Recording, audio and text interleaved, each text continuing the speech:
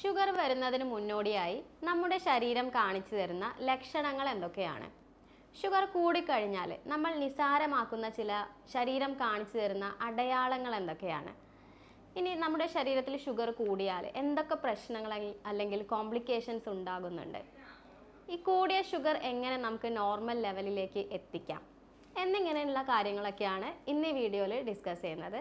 ഞാൻ doctor Sreekala, senior consultant, doctor Basil Somaya hospital, Pandikkad, Malappuram ജില്ല.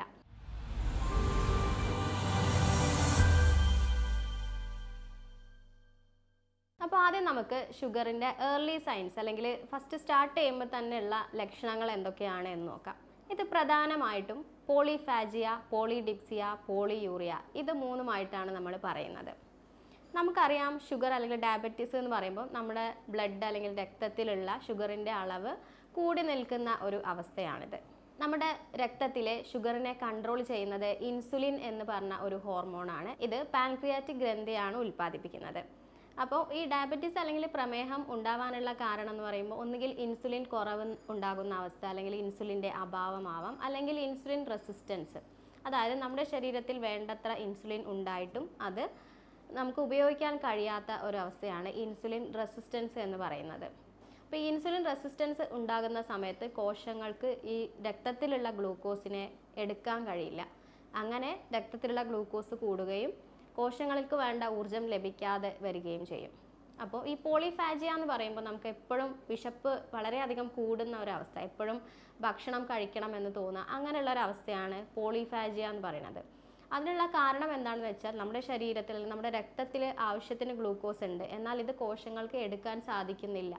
അപ്പോൾ അവർക്ക് എപ്പോഴും ഊർജം ഇല്ലാത്തൊരവസ്ഥ വരും. അപ്പോൾ അതുകൊണ്ടാണ് എപ്പോഴും വിശപ്പ് അനുഭവപ്പെടുന്നത്. എന്നിരുന്നാലും അവർ ശരീരം മെലിഞ്ഞു പോവുകയാണ് ചെയ്യുന്നത്. രണ്ടാമതായിട്ട് പോളിഡിപ്സിയ, അതായത് എപ്പോഴും ദാഹം അനുഭവപ്പെടാം ഇവർക്ക്. നാവ് എപ്പോഴും വരണ്ട പോലെ, പ്രത്യേകിച്ച് രാത്രികളിലൊക്കെ ആണെന്നുണ്ടെങ്കിൽ നാവും വായും ഒക്കെ എപ്പോഴും വരണ്ട ഒരു അവസ്ഥയിലായിരിക്കും ഉണ്ടാകുന്നത്. അതുകൊണ്ട് ഇവർക്ക് എപ്പോഴും വെള്ളം കുടിക്കാനുള്ള ഒരു ടെൻഡൻസിയും ഉണ്ടാകാറുണ്ട്. മൂന്നാമത്തെ ഒരു കാര്യമാണ് പോളിയൂറിയ എന്ന് പറയുന്നത്. പോളിയൂറിയ ഉണ്ടാകാനുള്ള കാരണം, പോളിയൂറിയ എന്ന് പറഞ്ഞാൽ എപ്പോഴും മൂത്രമൊഴിക്കാനുള്ള ഒരു ശങ്ക ഉണ്ടാവുക. അപ്പോൾ ഇവരെപ്പോഴും വെള്ളം കുടിക്കുന്നത് കൊണ്ടാണ് ഇവർക്ക് എപ്പോഴും യൂറിനേഷൻ്റെ ആ ഒരു ടെൻഡൻസി ഉണ്ടാകുന്നത്. ഇത് മൂന്നുമാണ് നമ്മുടെ ഏർലി സ്റ്റേജിലുള്ള ഡയബറ്റീസിൻ്റെ സയൻസ് എന്ന് പറയുന്നത്. അതുകൂടാതെ ചില ആളുകൾക്ക് തലവേദന, ക്ഷീണം അനുഭവപ്പെടുക, ശരീരം മെലിഞ്ഞു പോവുക, ഇത്തരത്തിലുള്ള ലക്ഷണങ്ങളും കാണപ്പെടാറുണ്ട്. ഇനി ചില ആളുകളിൽ, പ്രത്യേകിച്ചും ഒരുപാട് കാലം 5-10 വർഷമൊക്കെ ആയിട്ട് ഈ പ്രമേഹത്തിന് മരുന്ന് കഴിക്കുന്ന ആളുകൾ അല്ലെങ്കിൽ പ്രമേഹ രോഗം അനുഭവിക്കുന്ന ആളുകൾക്ക് വരാവുന്ന കോംപ്ലിക്കേഷൻസ് എന്തൊക്കെയാണ് എന്നുള്ളത് നോക്കാം. പ്രധാനമായും ഈ ഡയബറ്റീസ് കുറേ കാലമായിട്ടുണ്ടെങ്കിൽ അത് ബാധിക്കുന്നത്, അതിൻ്റെ കോംപ്ലിക്കേഷൻസ് വരുന്നത് നമ്മുടെ കണ്ണുകളിലും ഞരമ്പുകളിലും കിഡ്നികളിലുമാണ്. അപ്പോൾ കണ്ണുകളിൽ എന്ന് പറയുമ്പോൾ നമ്മുടെ കണ്ണുകളിലേക്കുള്ള രക്തക്കുഴലുകൾക്ക് ഡാമേജ് വരികയും അങ്ങനെ കണ്ണിന് കാഴ്ച മങ്ങൽ അനുഭവപ്പെടുകയും ചെയ്യും. ഇതിനെയാണ് നമ്മൾ ഡയബറ്റിക് റെറ്റിനോപ്പതി എന്ന് പറയുന്നത്. എന്നാൽ ഞരമ്പുകളെ ബാധിക്കുന്ന ഒരു അവസ്ഥയാണ് ഡയബറ്റിക് ന്യൂറോപ്പതി എന്ന് പറയുന്നത്. ഈ ഞരമ്പുകൾ എന്ന് പറയുമ്പോൾ പ്രത്യേകിച്ചും നീളം കൂടിയ നമ്മുടെ കാലുകളിലൊക്കെയുള്ള ഞരമ്പുകളെയാണ് ഇത് പ്രധാനമായിട്ടും ബാധിക്കുന്നത്. അപ്പോൾ ഫസ്റ്റ് ഇത് നമ്മുടെ കാലുകളിലുള്ള വിരലുകളിലായിരിക്കും സ്റ്റാർട്ട് ചെയ്യണത്, പിന്നെ അത് കാൽപ്പത്തിയിലേക്ക് പോകുന്നു, അതുപോലെ നമ്മുടെ മുട്ടുകളിലേക്കൊക്കെ കയറി വരുന്നു. അപ്പോൾ ഇവർക്ക് തോന്നുന്നത് എന്താണെന്ന് വെച്ചാൽ ഒരു തരം ഒരു പെരുപ്പ് അല്ലെങ്കിൽ ഒരു മരവിപ്പ്, ഒരു സെൻസേഷൻ ഇല്ലാത്ത ഒരവസ്ഥ, തൊട്ടാലൊന്നും അറിയാത്ത ഒരവസ്ഥ അതുപോലെ വരാം, അല്ലെങ്കിൽ ഒരു ബേണിംഗ് സെൻസേഷൻ, ഒരു പുകച്ചിലുള്ള പോലെ അവർക്ക് വരാം, അല്ലെങ്കിൽ ഷോക്ക് അടിക്കുന്നത് പോലുള്ള ഒരു സെൻസേഷൻ. ഇത്തരത്തിലൊക്കെയാണ് ഈ ഒരു ഡയബറ്റിക് ന്യൂറോപ്പതി ഉള്ളവർക്ക് അനുഭവപ്പെടുന്നത്. അപ്പോൾ ഇത്തരത്തിൽ സ്കിന്നിലുള്ള സെൻസേഷൻസ് നഷ്ടപ്പെടുന്നത് കൊണ്ട് തന്നെ ഇവർക്ക് പെട്ടെന്ന് മുറിവുകളായാലും ഇവർക്ക് പെട്ടെന്ന് അത് അറിയാൻ കഴിയണമെന്നില്ല. അപ്പോൾ ഇത്തരക്കാർ പ്രത്യേകം ശ്രദ്ധിക്കേണ്ട ഒരു കാര്യമാണ്, നിങ്ങളുടെ കാലുകളിൽ എവിടെയെങ്കിലും മുറിവുകളായിട്ടുണ്ടോ എന്നുള്ളത് എന്നും നിങ്ങൾ ചെക്ക് ചെയ്യുക. ഇത് ശ്രദ്ധിച്ചിട്ടില്ല എന്നുണ്ടെങ്കിൽ ഇത് ചിലപ്പോൾ മുറിവുകൾ വ്രണങ്ങളായിട്ട് പഴുക്കാനൊക്കെ ഉള്ള സാധ്യത വളരെ കൂടുതലാണ്. അതുകൊണ്ട് നിങ്ങൾ എന്നും ഇത് ചെക്ക് ചെയ്യേണ്ടതാണ്. ഈ ഡയബറ്റിക് ന്യൂറോപ്പതി എന്ന് പറയുന്നത് ചില ആളുകളിലാണ് എന്നുണ്ടെങ്കിൽ അത് ഡയബറ്റീസ് ഒക്കെ വന്ന് കുറേ വർഷങ്ങൾക്ക് ശേഷമായിരിക്കും അത് ഡെവലപ്പ് ചെയ്യുന്നത്. എന്നാൽ ചില ആളുകളിൽ അത് ഡയബറ്റീസിൻ്റെ സ്റ്റാർട്ടിംഗ് സ്റ്റേജിൽ തന്നെ കാണുന്നതായിട്ട് കണ്ടുവരുന്നുണ്ട്. ഇപ്പോൾ നമുക്ക് ഷുഗർ പെട്ടെന്ന് കൂടിയിട്ടുണ്ടാകുന്ന ചില ആളുകളിൽ ഈ ഡയബറ്റിക് ന്യൂറോപ്പതി ഞരമ്പുകളെ ബാധിക്കാറുണ്ട്.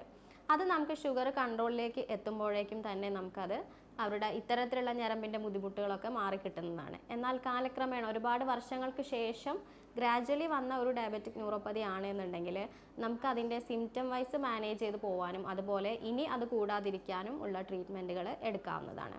അപ്പോൾ ഇത്തരക്കാർ ശ്രദ്ധിക്കേണ്ട ഒരു കാര്യം എന്ന് പറയുന്നത്, ഇവർ സ്മോക്കിംഗ് ശീലമുള്ളവരാണെന്നുണ്ടെങ്കിൽ അത് തീർച്ചയായിട്ടും അവർ നിർത്തുക എന്നുള്ളതാണ്. കാരണം സ്മോക്കിംഗ് ഉള്ള ആളുകൾക്ക് ഈ ഡയബറ്റീസ് ഉള്ള അവരാണെന്നുണ്ടെങ്കിൽ അത് ന്യൂറോപ്പതിയിലേക്ക് പോകാൻ, ഞരമ്പുകളെ ബാധിക്കാനുള്ള സാധ്യത വളരെ വേഗത്തിൽ, കുറച്ചും കൂടി വേഗത്തിൽ കണ്ടുവരുന്നുണ്ട്. കൂടാതെ ഇവർ അമിതവണ്ണം കൺട്രോൾ ചെയ്യുക, എക്സസൈസ് ചെയ്യുക, ഇങ്ങനെയുള്ള കാര്യങ്ങളും ഇവർ ചെയ്യേണ്ടതാണ്. ഇനി ഈ ഡയബറ്റീസ് ബാധിക്കുന്ന മറ്റൊരു പ്രധാനപ്പെട്ട അവയവമാണ് നമ്മുടെ കിഡ്നി അല്ലെങ്കിൽ വൃക്കകൾ എന്ന് പറയുന്നത്. വൃക്കരോഗം അല്ലെങ്കിൽ കിഡ്നി ഫെയിലിയർ വരാനുള്ള ഒരു കാരണമാണ് നമ്മുടെ പ്രമേഹം അല്ലെങ്കിൽ ഡയബറ്റീസ് എന്ന് പറയുന്നത്. എന്നാൽ വൃക്കരോഗം മറ്റ് പല കാരണങ്ങൾ കൊണ്ടും വരാം. ഹൈപ്പർ ടെൻഷൻ ഉള്ളവരിൽ മറ്റ് പല അസുഖങ്ങൾ കൊണ്ടും വരാം. പക്ഷേ ഒരു കാരണം എന്ന് പറയുന്നത് പ്രമേഹമാണ്. അപ്പം നിങ്ങളുടെ വൃക്കകളെ ഈ പ്രമേഹം ബാധിച്ചിട്ടുണ്ടോ എന്നുള്ളത് നിങ്ങൾ നേരത്തെ തന്നെ കണ്ടെത്തുക എന്നുള്ളത് വളരെ ഇമ്പോർട്ടൻ്റ് ആയിട്ടുള്ള ഒരു കാര്യമാണ്. അതിന് പല ടെസ്റ്റുകളും ഇന്ന് അവൈലബിൾ ആണ്. വെറും ഒരു ക്രിയാറ്റിൻ ചെക്ക് ചെയ്തതുകൊണ്ട് മാത്രം ഈ പ്രമേഹം നിങ്ങളുടെ വൃക്കകളെ ബാധിച്ചിട്ടില്ല എന്ന് നമുക്ക് പറയാൻ പറ്റില്ല. ക്രിയാറ്റിൻ നോർമലായി എന്ന് വിചാരിച്ച് വേറെ കുറച്ച് ടെസ്റ്റുകൾ കൂടെ ഉണ്ട്. അതും കൂടി നോർമൽ ആണെങ്കിൽ മാത്രമേ നമുക്ക് ആ ഒരു കിഡ്നികളെ ബാധിച്ചിട്ടില്ല എന്നുള്ളത് പറയാൻ കഴിയുള്ളൂ. അപ്പോൾ അതിൽ നമ്മൾ റീനൽ ഫംഗ്ഷൻ ടെസ്റ്റിൽ വരുന്ന സെറം, യൂറിയ, ക്രിയാറ്റിൻ, അതുപോലെ തന്നെ യൂറിക് ആസിഡ് എന്നിവ നിങ്ങൾ ചെക്ക് ചെയ്ത് നോക്കുക. കൂടാതെ വളരെ ഇമ്പോർട്ടൻ്റ് ആയിട്ടുള്ള ഒരു ടെസ്റ്റാണ് urine albumin creatine ratio, UACR. അപ്പോൾ ഇത് ടെസ്റ്റ് ചെയ്യുമ്പോൾ വളരെ നേരത്തെ തന്നെ നമുക്ക് കിഡ്നി ഡിസീസ് വന്നിട്ടുണ്ടോ എന്നുള്ള കാര്യം നമുക്ക് അറിയാൻ പറ്റുന്നതാണ്. ഇനി പ്രമേഹം കിഡ്നിനെ ബാധിക്കുന്നത് ടൈപ്പ് 1 ഡയബറ്റീസിലും ടൈപ്പ് 2 ഡയബറ്റീസിലും വ്യത്യസ്തമായിട്ടാണ്. ഇപ്പോൾ ടൈപ്പ് 2 ഡയബറ്റീസ് ആകുമ്പോൾ കുറച്ചും കൂടി ടൈം എടുത്തിട്ടായിരിക്കും, ഒരു 8 to 10 years ഒക്കെ എടുത്തിട്ടായിരിക്കും കിഡ്നീനെ ബാധിക്കുന്നുണ്ടാവുക. എന്നാൽ ടൈപ്പ് 1 ഡയബറ്റീസിൽ ഇത് കുറച്ചുകൂടെ നേരത്തെ ആവാനുള്ള സാധ്യത കൂടുതലാണ്. കൂടാതെ മറ്റൊരു ടെസ്റ്റാണ് നമ്മുടെ GFR അല്ലെങ്കിൽ ഗ്ലോമറുലാർ ഫിൽട്രേഷൻ റേറ്റ് എന്ന് പറയുന്നത്. GFR എന്ന് വെച്ചാൽ നമ്മുടെ 2 വൃക്കകളും 1 മിനിറ്റ് സമയം കൊണ്ട് എത്രത്തോളം രക്തശുദ്ധീകരണം നടത്തുന്നു എന്നുള്ളതിൻ്റെ ഒരു ആവറേജ് കണക്കാണ് ഈ GFR. നോർമലി 90 മുതൽ 100 ml വരെയാണ് GFRൻ്റെ റേറ്റ് എന്ന് പറയുന്നത്. എന്നാൽ ഇത് 60 ml കുറവാണെങ്കിൽ അത് വളരെ അപകടകരമായിട്ടുള്ള ഒരു കാര്യം തന്നെയാണ്.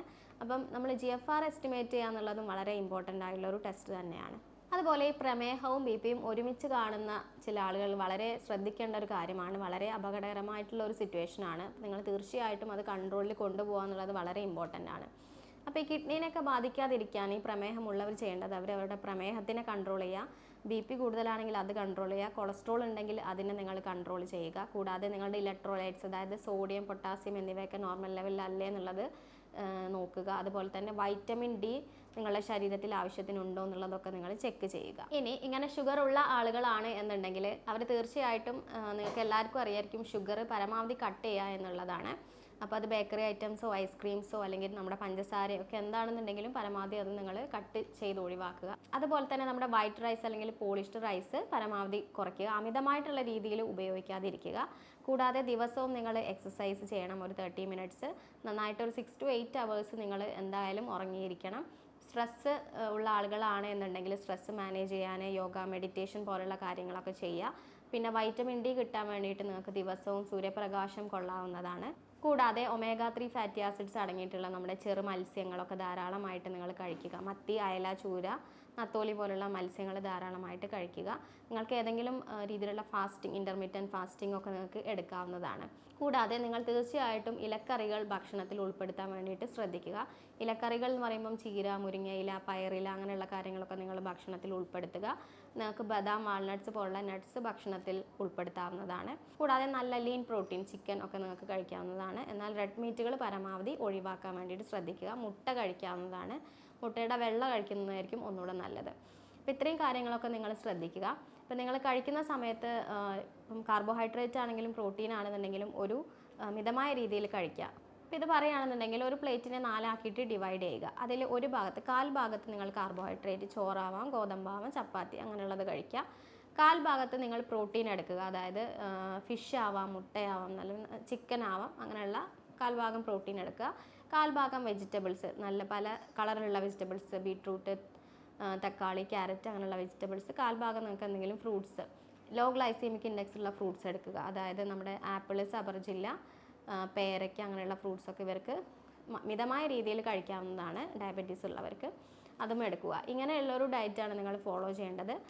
ഇനി ഇത്രയൊക്കെ ഡയറ്റ് ഫോളോ ചെയ്തിട്ടും അല്ലെങ്കിൽ എക്സസൈസുകൾ ചെയ്തിട്ടൊന്നും നിങ്ങളുടെ ഷുഗർ കൺട്രോൾ വരുന്നില്ല എന്നുണ്ടെങ്കിൽ നിങ്ങൾ തീർച്ചയായിട്ടും എന്തായാലും ട്രീറ്റ്മെൻറ്റുകൾ എടുക്കുക. അപ്പോൾ ഞാനൊരു ഹോമിയോപ്പതിക് ഡോക്ടർ ആയതുകൊണ്ട് തന്നെ ഹോമിയോപ്പതിയിൽ ഇതിനെന്താണ് ചെയ്യുന്നത് എന്ന് പറയാം.